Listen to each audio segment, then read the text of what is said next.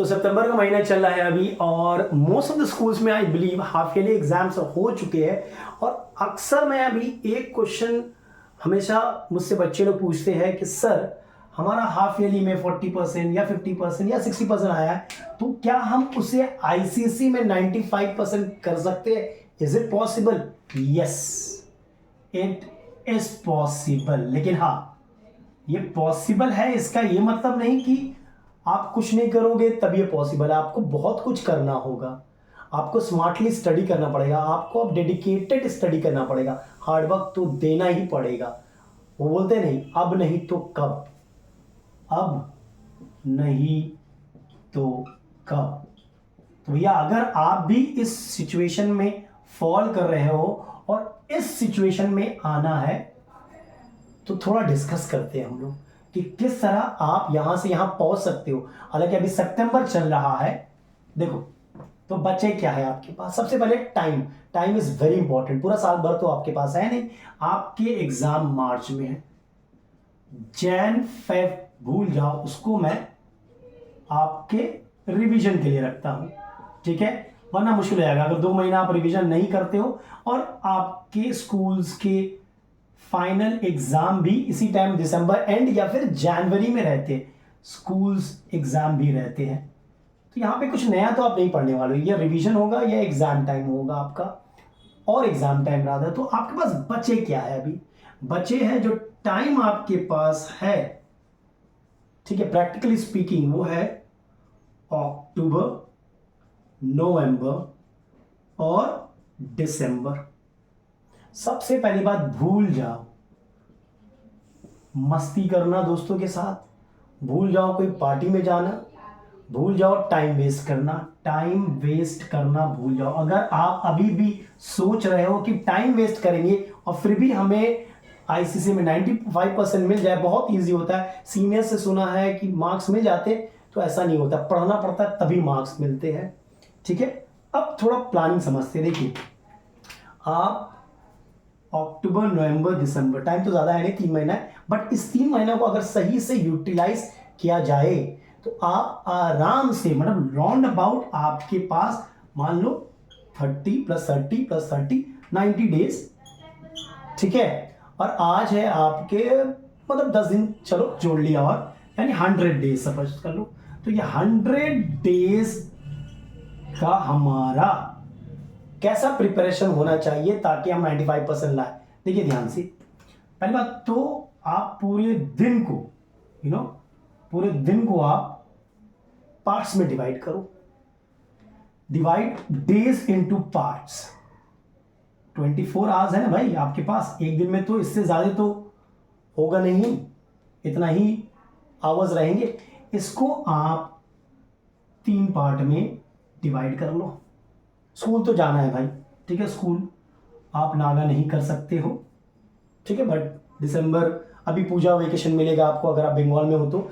हर जगह मिलता है लेकिन बंगाल में थोड़ा ज़्यादा मिलता है compare to other state. Bengal का मेन ये फेस्टिवल है, ठीक है। फिर दिवाली ब्रेक मिलेगा, अगेन दिवाली में कहीं पे ज़्यादा मिलता कहीं पे कम मिलता, बट मिलेगा। क्रिसमस का मिलेगा, तो वो छुट्टी तो आपके पास है ही है, लेकिन स्कूल तो आपको जाने पड़ेंगे। तो स्कूल इंडिया में जो क्लाइमेट है 6 घंटा का स्कूल होता है, मैं 8 घंटा मान लिया, आना जाना ट्रैवलिंग, आके कपड़े बदलना, ये 8 घंटा आप भूल जाओ। सेल्फ स्टडी की मैं बात करूं, वहां तो स्टडी कर रहे हो आप, ठीक है। पैटर्न हमारा क्या होना चाहिए पढ़ाई का वो देखिए, 8 घंटा, और I think 6 to 8 hours of sleep is very important. अगर आप सही से सो नहीं रहे हो तो ट्रस्ट में फिर आप पढ़ नहीं पाओगे, वो कॉन्सेंट्रेशन नहीं बनेगा आपका, वो आप पढ़ते पढ़ते सो जाओगे, ध्यान भटक जाएगा, तो वो तो जरूरी है। तो मान लो 6 और 8 का, क्योंकि मैं मैथ्स टीचर हूं तो एवरेज निकाल लेते, 7 आवर्स ऑफ स्लीप आप मान लो। तो 8 7 15 घंटा, तो 24 में से गए काम से, बचा कितना? 9। लेजर टाइम ले लो आप बोलोगे सर लेजर टाइम थोड़ा सा देना पड़ेगा आपको, ऐसा थोड़ी है 10 दे रहे हैं हम लोग, आईआईटी थोड़ी दे रहे कि पढ़ते ही रहे ये 9 घंटा, नहीं, लेजर टाइम ले लो। लेकिन लेजर टाइम अब आपके पास ज्यादा नहीं हो सकते हैं, जो भी आपको एक्टिविटी अच्छा लगता है 2 घंटा मैक्स टू मैक्स आपके लेजर टाइम होंगे, ठीक है। 1 घंटा आप ले लो खाना नहाना, 1 आवर इनफ है, ठीक है। ये मैं उस दिन का शेड्यूल बता रहा हूं जिस दिन आपका स्कूल है, जिस दिन आपका 8 घंटा स्कूल में लगा है। ठीक है, 2 दिन होंगे, एक होगा आपका स्कूल डेज, एक होगा आपका छुट्टी वाला दिन। ठीक है, तो छुट्टी वाला दिन का अलग शेड्यूल बनेगा, स्कूल वाला डे का अलग शेड्यूल बनेगा। ये स्कूल वाला डे की हम बात कर रहे हैं। तो लेजर टाइम 2 घंटा ले लो, 1 घंटा आप ले लो खाना पीना, वॉशरूम गए, ठीक है, खा लिया, तो ये 1 घंटा तो बचा कितना, 3 घंटा तो इसमें से गया काम से। 6 घंटा आपको डेडिकेटेड स्टडी करना है।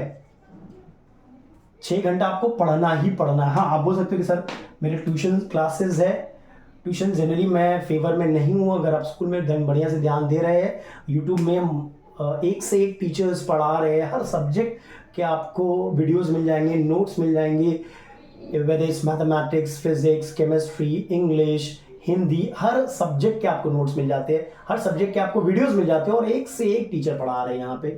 ठीक है, तो 6 आवर डेडिकेटेड स्टडीज में आप, ये मैं स्कूल डेज वाली बात कर रहा हूँ जिस दिन आपका स्कूल है।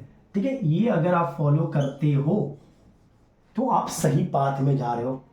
पहले समझिए, पहले डेज को डिवाइड किए। 6 आवर्स ऑफ सेल्फ स्टडी, मतलब जिस दिन स्कूल डेज है हमें 6 आवर्स ऑफ सेल्फ स्टडी करना है तो करना है।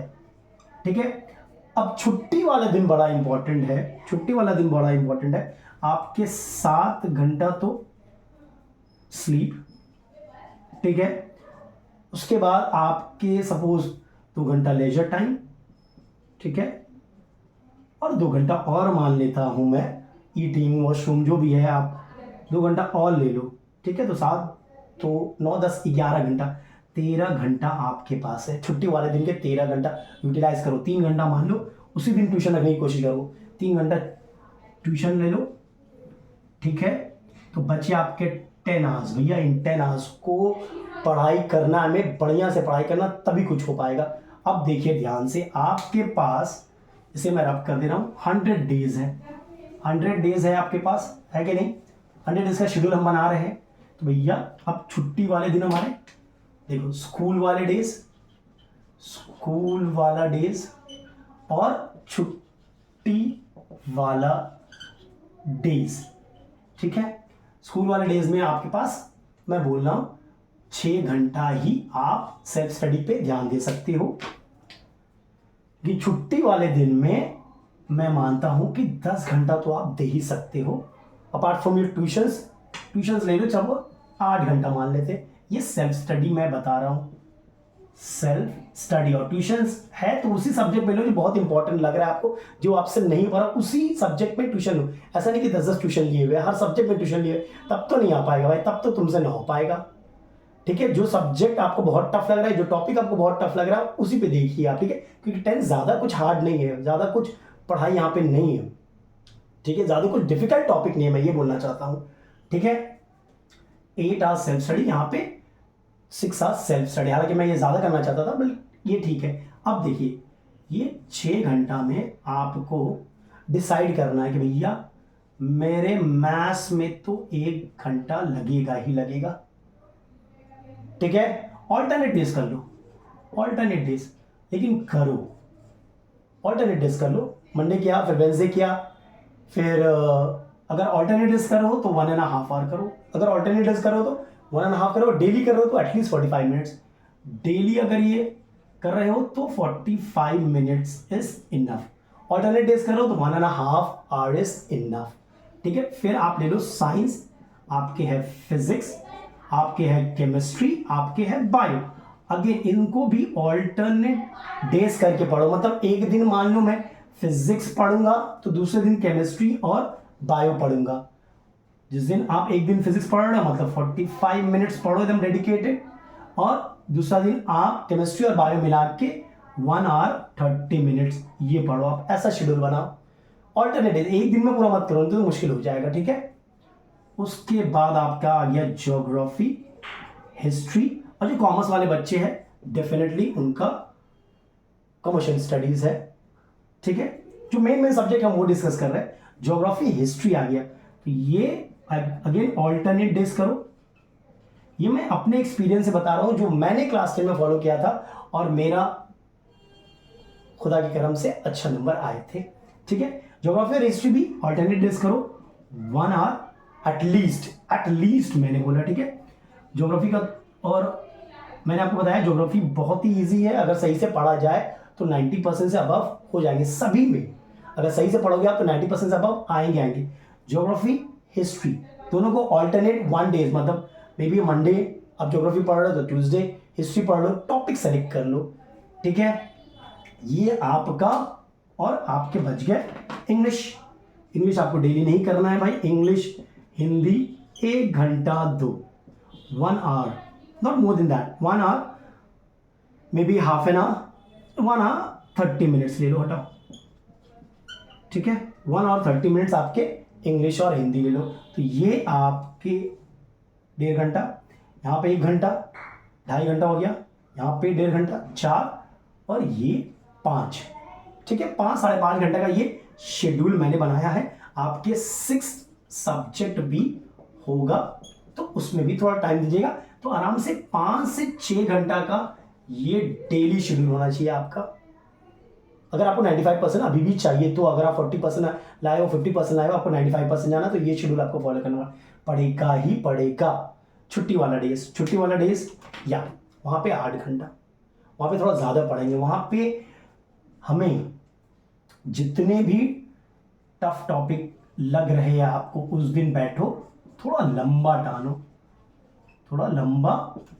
टानो, जो भी आपको डिफिकल्ट टॉपिक है लेके बैठो।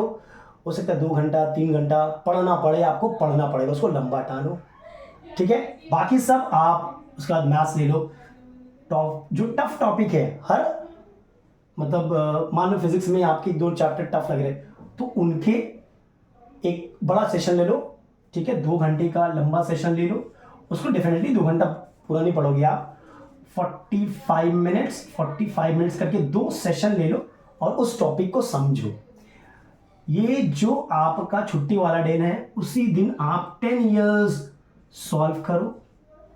टाइम मिले 1 घंटा आप 10 इयर्स के रखो, 1 घंटा आप 10 इयर्स के रखो, या 1 घंटा या 2 घंटा जो भी बोल सकते हो, 1.5 आवर में बोलना, 1.5 आवर आप 10 इयर्स का रखो। 10 इयर्स मतलब आज आप फिजिक्स केमिस्ट्री का देख लो 10 इयर्स, 1 साल का। ठीक है, नेक्स्ट डे आप ज्योग्राफी हिस्ट्री का देख लो नेक्स्ट छुट्टी वाला दिन में। ठीक है, क्योंकि आपको सैटरडे संडे तो छुट्टी मिलेंगे और बीच बीच में कभी कभी छुट्टी मिलते रहते हैं, तो उसको थोड़ा यूटिलाइज करना पड़ेगा हमें सही से। ठीक है, नेक्स्ट छुट्टी वाला दिन हुआ तो आप बायो का देख लो, समझ लो, मैथ्स का देख लो, इंग्लिश का देख लो 10 इयर्स। तो 10 इयर्स की कॉन्स्टेंटली टच में रहो आप। ठीक है, कभी भी टाइम मिले तो मॉडल टेस्ट पेपर्स बहुत सारे हैं, मॉडल टेस्ट पेपर्स उनसे पढ़ाई करने की कोशिश करो।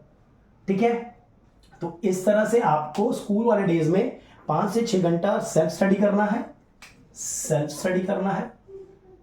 स्टडी 5 to 6 आवर्स, और छुट्टी वाले डे में मिनिमम 8 तो करना ही करना भाई।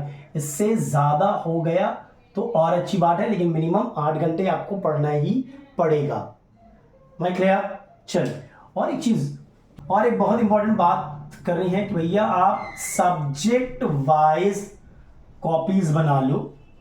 इस कॉपी का काम क्या होगा, हर सब्जेक्ट में कुछ कुछ टॉपिक होते हैं जो आपको थोड़े टफ लगते हैं, या मैं बोल दूं ट्रिकी होते हैं, जो आप बार बार भूल जाते हो, जो आपको ज्यादा प्रैक्टिस करना पड़ता है।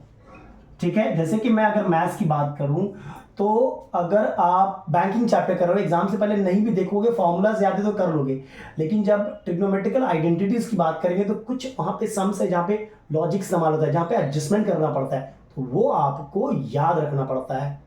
ठीक है, वो आपको बार बार प्रैक्टिस करना पड़ता है ताकि आप भूल ना जाओ एग्जाम में। तो वैसे सम्स या फिर कोई चैप्टर से डिफिकल्ट टॉपिक हो, डिफिकल्ट क्वेश्चन हो, वो लिखने के लिए PYQ में आपको अगर कोई क्वेश्चन बहुत अच्छा लगा, जो आपको लगता है कि नहीं ये बड़ा इंपॉर्टेंट है, या फिर आपके टीचर ने कोई इंपॉर्टेंट क्वेश्चन बोला है, तो उसको उस कॉपी में मेंटेन करो। ठीक है, and time to time go through this